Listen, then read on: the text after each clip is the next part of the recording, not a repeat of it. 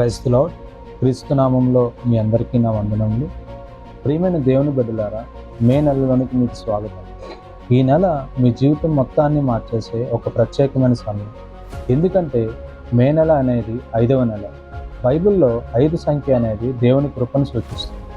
మే నెలలో మీరు ప్రార్థన చేయగలిగితే దేవుని కృపను నూతనమైన రీతిలో అనుభవించగలుగుతారు. ఈ నెల దేవుడు మీ మీద ఆయన కృపను విశేషంగా కుమ్మరించడానికి సిద్ధంగా ఉన్నారు. ఇది కేవలం సాధారణమైన కృప కాదు.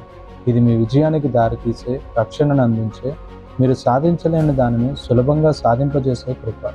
ప్రతి విశ్వాసకి దేవుని కృప అత్యవసరం. అసలు కృప అంటే ఏమిటి? మనకు అర్హత లేకపోయినా దేవుడు మనపై చూపించే ప్రేమ, దయ మరియు సహాయం. మానవ జీవితం ఒక యుద్ధ పోరాటం లాంటిది. ఈ జీవితాన్ని గెలవడం అంత సులువేమీ కాదు. మన జ్ఞానంతో మన ఈ జీవన పోరాటాన్ని గెలవలేము. ఒక్కోసారి మనం చాలా కష్టపడుతున్నప్పటికీ ఫలితాన్ని చూడలేము. ఎందుకంటే మన ప్రయత్నంలో దేవుని కృప ఉండదు. మన ప్రయత్నాలు దేవుని కృపతో నింపబడినప్పుడు మాత్రమే మనకు ఆ ప్రయత్నాలు విజయాలుగా మారుతాయి. మన దైనందిన జీవితానికి దేవుని కృప చాలా అవసరం. ఆయన కృప మనం చేసే విషయాల్లో తగిన సామర్థ్యాన్ని కలిగించి మన జీవితంలో గొప్ప విజయాలను తెచ్చిపెడుతుంది. అయితే ఈ 5వ నెలలో దేవుని కృప అవసరమయ్యే కొన్ని అంశాలను మనం ఇక్కడ చర్చిద్దాం. మొదటగా రక్షణ కృప. దేవుడు మనల్ని ప్రమాదాల నుంచి కాపాడే కృప ఇది. అనుకోకుండా జరిగే యాక్సిడెంట్లు, వ్యాధులు, శత్రువుల కుట్రలన్నీ మన దగ్గరికి చేరకుండా దేవుడు తన రక్షణ కృప చేత మనల్ని ఆదుకుంటాడు. మన బైబిల్లో గమనించినట్లయితే నోవహు కూడా భయంకరమైన జల ప్రవాహం నుండి తన కుటుంబాన్ని దేవుని యొక్క రక్షణ కృప చేత కాపాడుకోగలిగాడు. రెండవదిగా పోషణ కృప. మనకు ఎన్నో అవసరాలు ఉండొచ్చు. అది ఆహారం కావచ్చు, డబ్బు కావచ్చు, లేదా మరి ఏ ఇతరైన సహాయం కావచ్చు. దేవుడు సరైన సమయంలో మనకు కావలసిన దాన్ని సరిపడేలాగా సమకూర్చే కృపే ఈ పోషణనిచ్చే కృప. ఎలీషా ఒక విధవరాలు జీవితంలో చేసిన అద్భుతం మీకు గుర్తుందిగా. ఆ రోజు ఎలీషా చేసిన అద్భుతం ద్వారా ఆ యొక్క విధవరాలు జీవితంలోని దేవుడు ఒక గొప్ప అద్భుతాన్ని చేసి వారికి ఉన్న అప్పులన్నీ తీరేలాగా దేవుడు సహాయం చేశాడు. మూడవదిగా పదోన్నతినిచ్చే కృప. మీరు ఎక్కడ ఉన్నా, ఏ స్థితిలో ఉన్నా దేవుడు మీ స్థాయిని మార్చి గొప్ప స్థానానికి తీసుకెళ్లే కృపే ఈ పదోన్నతి కృప. ఎస్తేరును గమనించండి. తన అనాథ అయినప్పటికీ దేవుని కృప వల్ల మహారాణిగా మార్చబడింది. ఇక నాలుగవదిగా ధైర్యమునిచ్చే కృప.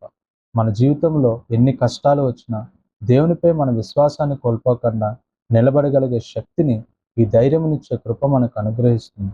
యోబును గమనించినట్లయితే తన కుటుంబము, ఆస్తి, ఆరోగ్యం మొత్తం కోల్పోయినా దేవుని విడిచిపెట్టలేదు.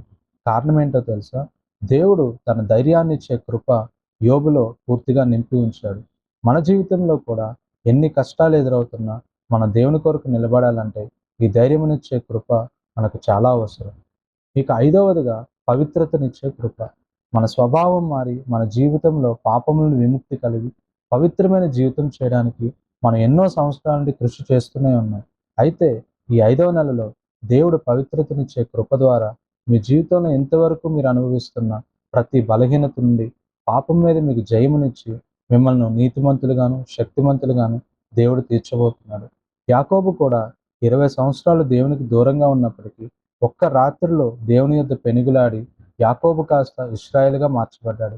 అదే పవిత్రతనిచ్చే కృప. ఇక 6వదిగా స్థిరత్వాన్నిచ్చే కృప.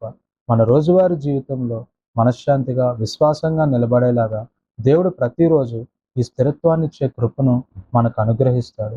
మనం అనేక విషయాలలో అస్థిరులుగా ఉంటాం. ఏ విషయాన్ని తొందరగా పూర్తి చేయలేము. ఏ విషయంలో కూడా సరైన నిర్ణయాన్ని తీసుకోలేము. ఈ అస్థిరత వల్ల జీవితంలో ఎన్నో సంవత్సరాలు గడిచినా ఇంకా ఏ విధమైన అభివృద్ధి లేక నేటికి ఎంతోమంది బాధపడుతున్నారు. ఇశ్రాయేలు కూడా చూడండి, అరణ్యంలో ప్రయాణిస్తున్నప్పుడు మమ్మల్ని ఎవరు పోషిస్తారు? మాకు ఆహారం ఎక్కడి నుండి వస్తుంది? మా జీవితంలో ఏం జరుగుతుందని ఒక అస్థిరమైన మనస్తత్వాన్ని కలిగి ఉన్నారు. కానీ దేవుడు తన ప్రజలకు ప్రతిరోజు మన్నానిచ్చాడు. వారిని నిండారులుగా దీవించి వారిని పోషించాడు. ఈ స్థిరత్వాన్నిచ్చే కృప మన జీవితంలో లేమిగా ఉన్న ప్రతి పరిస్థితుల్లో తన స్థిరమైన కృప చేత మనల్ని నిలబెడుతుంది. 7వదిగా పునరుద్ధరణనిచ్చే కృప.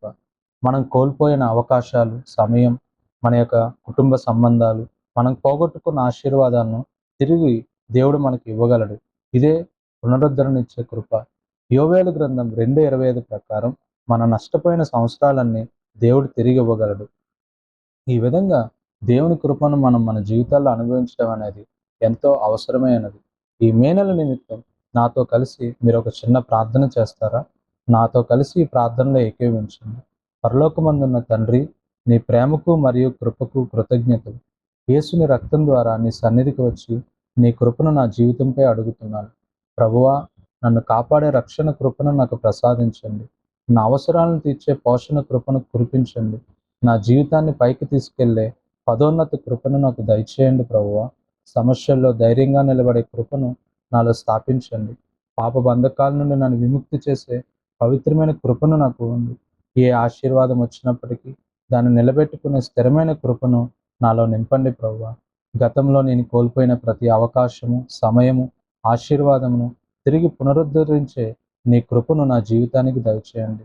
ప్రభువా, ఈ మే నెలలో నీవు నా జీవితంలో నూతనమైన కార్యములు జరిగించి, అరణ్యము వలె ఉన్న నా జీవిత పరిస్థితిని ఏదైనా తోట వలె ఆశీర్వాదకరంగా మార్చమని యేసుక్రీస్తు నామంలో ప్రార్థిస్తున్నాను తండ్రి. ఆమేన్.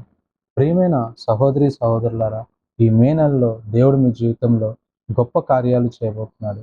దేవుని యందల మీ విశ్వాసాన్ని పెంపొందించి ఈ మే నెలను విశ్వాసపు నెలగా, అద్భుతాలు చేసే దేవుని యొక్క ఆశ్చర్యకరమైన శక్తిని మీరు అనుభవించే నెలగా విశ్వాసంతో ప్రకటించండి.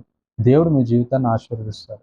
మీరు ఈ వీడియోని ఇష్టపడితే దయచేసి లైక్ చేయండి, షేర్ చేయండి మరియు మన ఛానల్ని సబ్స్క్రైబ్ చేయండి. God bless you.